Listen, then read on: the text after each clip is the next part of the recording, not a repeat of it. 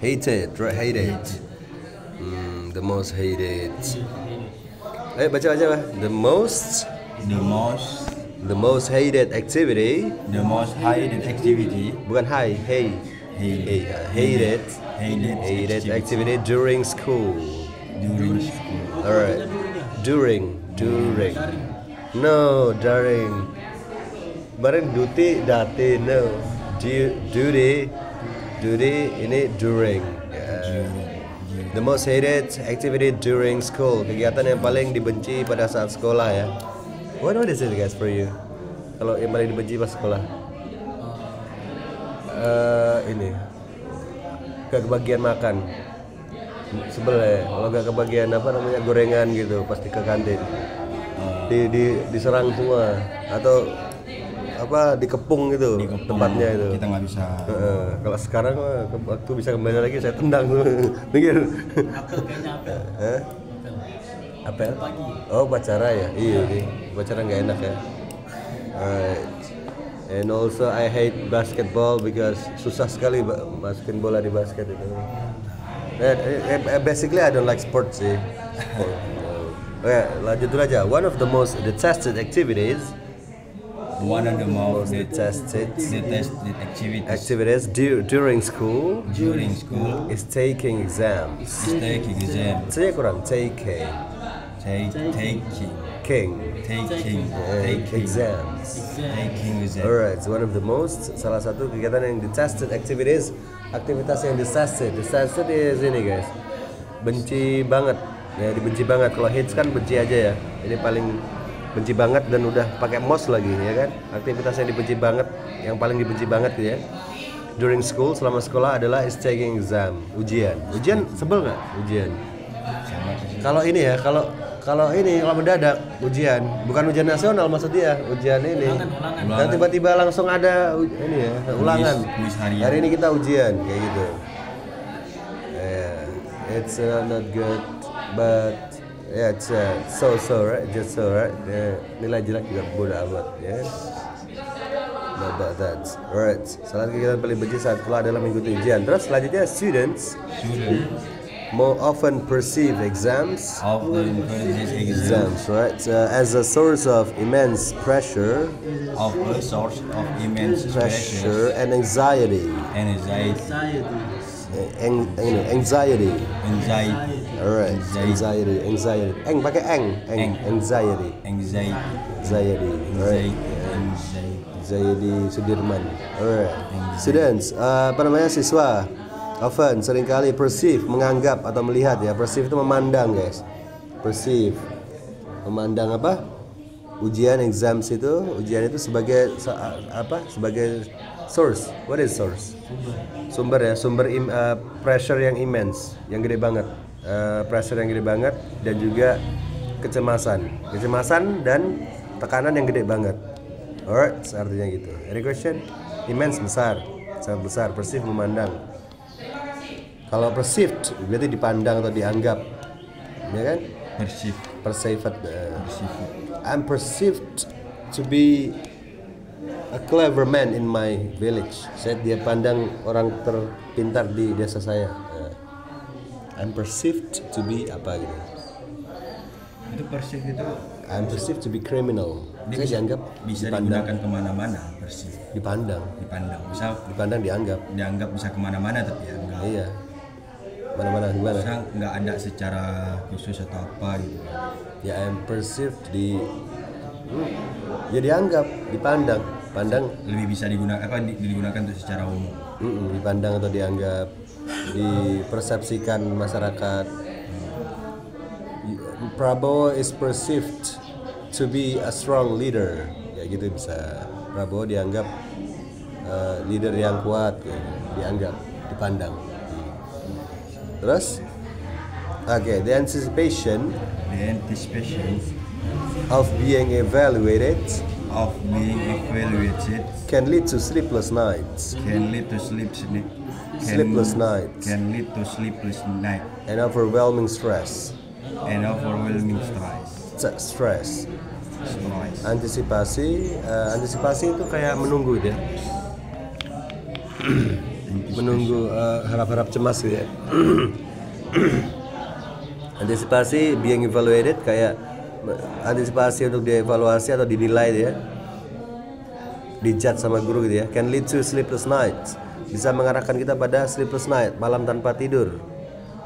And overwhelming stress yang luar biasa atau bikin kewalahan itu. Overwhelming, yes, kewalahan. Overwhelming person ya orang yang lagi kewalahan gitu. Antisipasi untuk dievaluasi dapat menyebabkan malam tanpa tidur untuk belajar ya, dan stres yang luar biasa. Oh berarti ini ujian yang udah dibilangin sebelum, bukan dadakan banget ya. Ujian kayak besok Kak, kita ujian kayak gitu, bukan sekarang ya. Besok kita ujian. Makanya malamnya nggak tidur dia. Ya, bukan karena belajar sih, PS-an. Belajar orang, apalagi cowok ya, belajar setengah jam paling. Aduh ini healing dulu, healingnya 3 jam. TikTokan dulu 3 jam. Oke, moreover, okay, the fear of failure can overshadow the joy of learning. Moreover, selain itu ya, the fear of failure, takut gagal, ketakutan akan kegagalan itu, can overshadow itu menutupi or menghalangi, kayak menghalangi apa ya? Overshadow itu konotasinya kayak ini kita udah melakukan sebaik mungkin pada si orang ini ya, tapi karena kesalahan kita, itu overshadow semua kebaikan kita, kayak nutupin gitu, kayak menutupi, kayak seolah-olah kita nggak pernah berlaku baik ke dia gitu loh, kayak kita jahat banget ya, kayak di percintaan itu guys, kita cowok udah effort ya kan, sedikit aja dia itu kayak overshadow itu kayak nutupin semua kebaikan kita gitu ya. Overshadow, nah ini maksudnya apa nih? Ketakutan akan kegagalan itu dapat menutupi kebahagiaan belajar. Nah belajar itu sebenarnya nggak boleh takut. Makanya I don't really agree with the result sih. Saya kurang suka sama penilaian yang angka atau huruf itu. Kamu nilainya segini, kamu nilainya segini. Actually, kalau saya sih lebih ke project sih. Bukan masalah angka. For example, if I have a students, kalau saya bikin sendiri yang bikin kurikulumnya, if I have a students, and then bukan mana ini nilainya ini segini, si ini nilainya ini, bukan. Saya kasih project semua, finish the project. Kalau bisa berarti keren.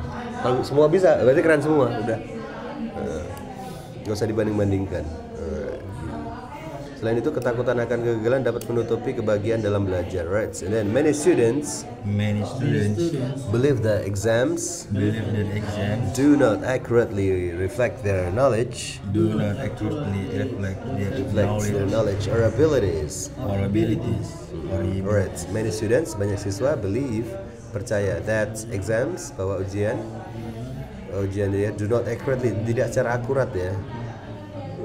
akurat reflects, merefleksikan atau mencerminkan their knowledge, pengetahuan dia, or abilities, atau kemampuan si murid ini. Sama kayak Timothy Ronald kan, dia bodoh amat sama nilai, tapi kan dia lebih pintar masalah finansial daripada ini. Dia finansialnya nilainya Timothy Ronald, YouTuber, itu nilai finansialnya dia, nilai pembukuan segala macam itu rendah.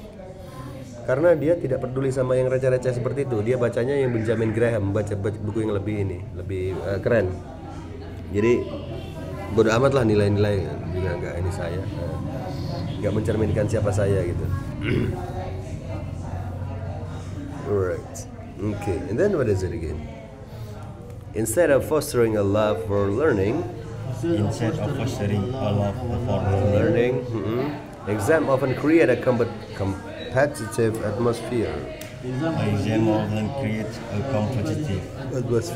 Right?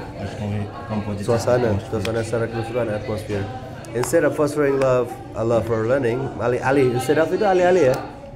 Alih-alih fostering, mendorong atau menumbuhkan atau merangsang, atau pokoknya bagus-bagus itu bisa pakai fostering. Alih-alih menumbuhkan cinta untuk belajar, exams itu, ujian itu often create a competitive atmosphere, seringkali menciptakan suasana yang saling saing-saingan gitu ya. And then ultimately exam can transform the educational experience. Educational experience educational experience into a daunting task into a daunting task rather than an enjoyable journey. Enjoyable journey, right? Oke, pada akhirnya ujian itu cuman bisanya itu mengubah pengalaman belajar, ya harusnya kita happy, jadinya daunting itu menakutkan, yes. Jadi tugas yang menakutkan daripada tugas yang perjalanan yang menyenangkan. Pada akhirnya ujian dapat mengubah pengalaman pendidikan menjadi tugas yang menakutkan, ya dibandingkan perjalanan yang menyenangkan. Alright. Gimana sih maksudnya?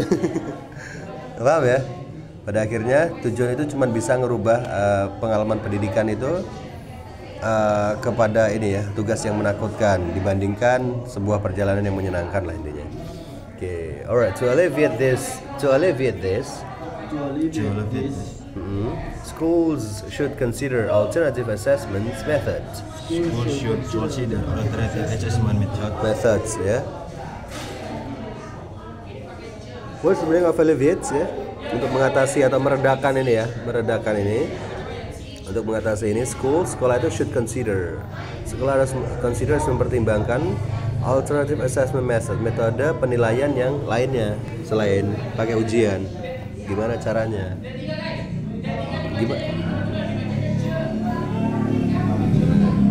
Menyenangkan. Right. And then untuk mengatasi hal ini, sekolah harus mempertimbangkan metode penilaian yang lainnya atau alternatif ya. The last, fostering a more supportive learning environment. Fostering a more supportive learning environment could benefit both students and educators. Educator. Fostering itu membangun lagi. Enggak konsentrasi kan? Aduh. Mendorong, bisa membangun, bisa ini ya. Maksudnya ya.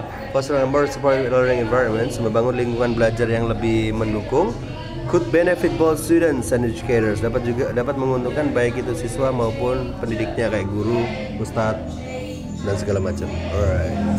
Okay, any questions? Coba baca Q&A samplesnya. What is it? Ada vocab yang nggak tahu?